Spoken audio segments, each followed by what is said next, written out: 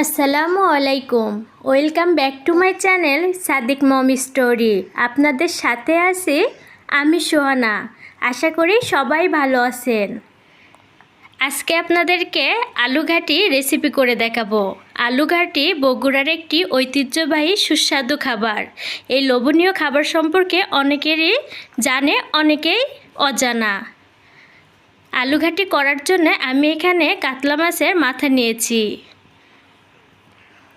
আর আলু ধুয়ে সিদ্ধ করতে দিয়েছি। এদিকে আলু সিদ্ধ হতে থাক আর এদিকে মাছের মাথাগুলো খুব ভালো করে ধুয়ে নিব।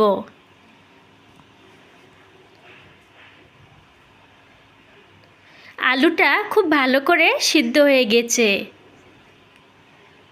এখন নামিয়ে নিব। আলুগুলো সব খুব ভালো করে খোসা ছাড়িয়ে ছিলে নিব।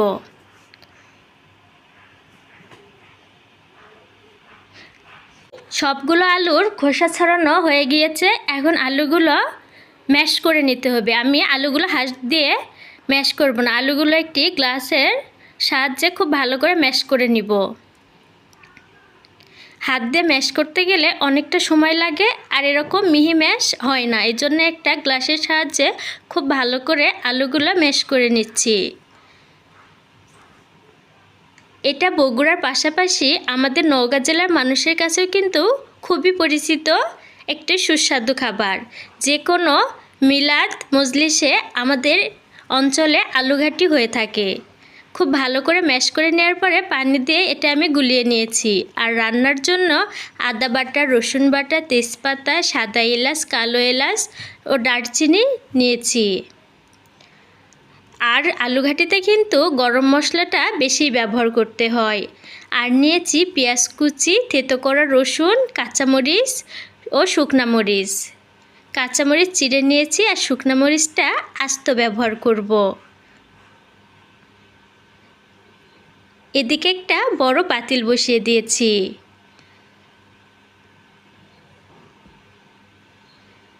এখন পাতিলটা ভালো করে গরম হওয়ার পরে দিয়ে দিব পরিমাণ মতো সাদা তেল। সাদা তেলের ভিতর দিয়ে দিব গরম মশলা, সাদা এলাচ, দারচিনি, কালো এলাচ ও তেজপাতা। খুব সুন্দর একটা সুঘ্রাণ বের হয় এইভাবে গরম মশলা ব্যবহার করলে। এই খাবারের সাথে আমাদের নওগাঁ জেলার মানুষের আবেগ জড়িয়ে থাকে। এখন ওর ভিতরে দিয়ে দিব পরিমাণ মতো পেঁয়াজ কুচি ও থেতো করা রসুন। আর দিয়ে দিব কাঁচামরিচ চেরা ও গোটা শুকনা মরিচ। খুব ভালো করে এগুলা বাদামি করে ভেজে নিব।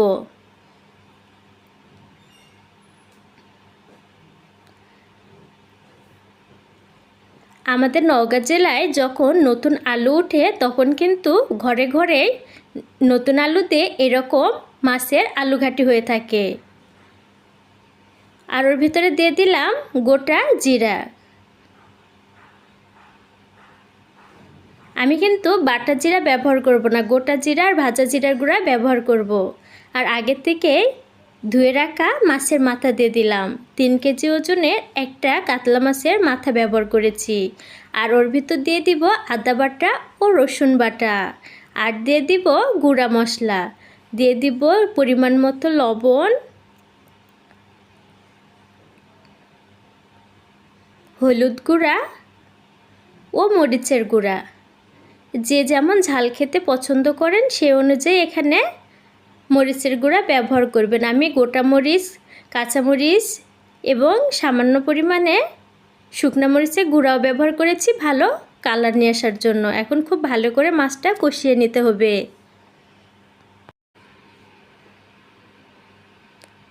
খুব ভালো করে কষিয়ে নিচ্ছি।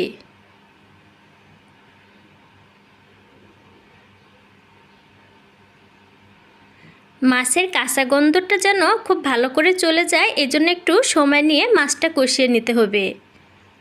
আর মাছটা এরকম ভাঙা ভাঙা হতে হবে। মাছের মাথা কিন্তু গোটা থাকলে হবে না। মাছের মাথা বা মাছ যেটাই ব্যবহার করেন এরকম ভেঙে দিবেন।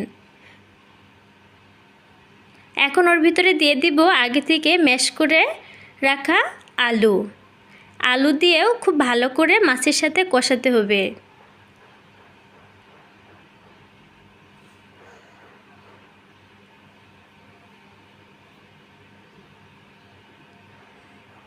একটু নেড়ে চেড়ে দিব, বলক আসা পর্যন্ত অপেক্ষা করব।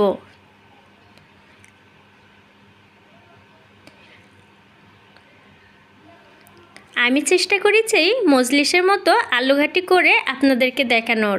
আশা করি ভিডিওটি আপনাদের অনেক ভালো লাগবে। আর ভালো লাগলে অবশ্যই সাদিক মম স্টোরি চ্যানেলটি সাবস্ক্রাইব করবেন। খুব ভালো করে বলক চলে এসেছে। ওর ভিতরে এখন দিয়ে দিব ভাজা জিরার গুঁড়া। এটা কিন্তু বেশ সময় নিয়ে কষিয়ে নিতে হবে, কারণ আলুঘাটি কিন্তু যত কষানো হবে স্বাদটা তত বেশি ভালো আসবে।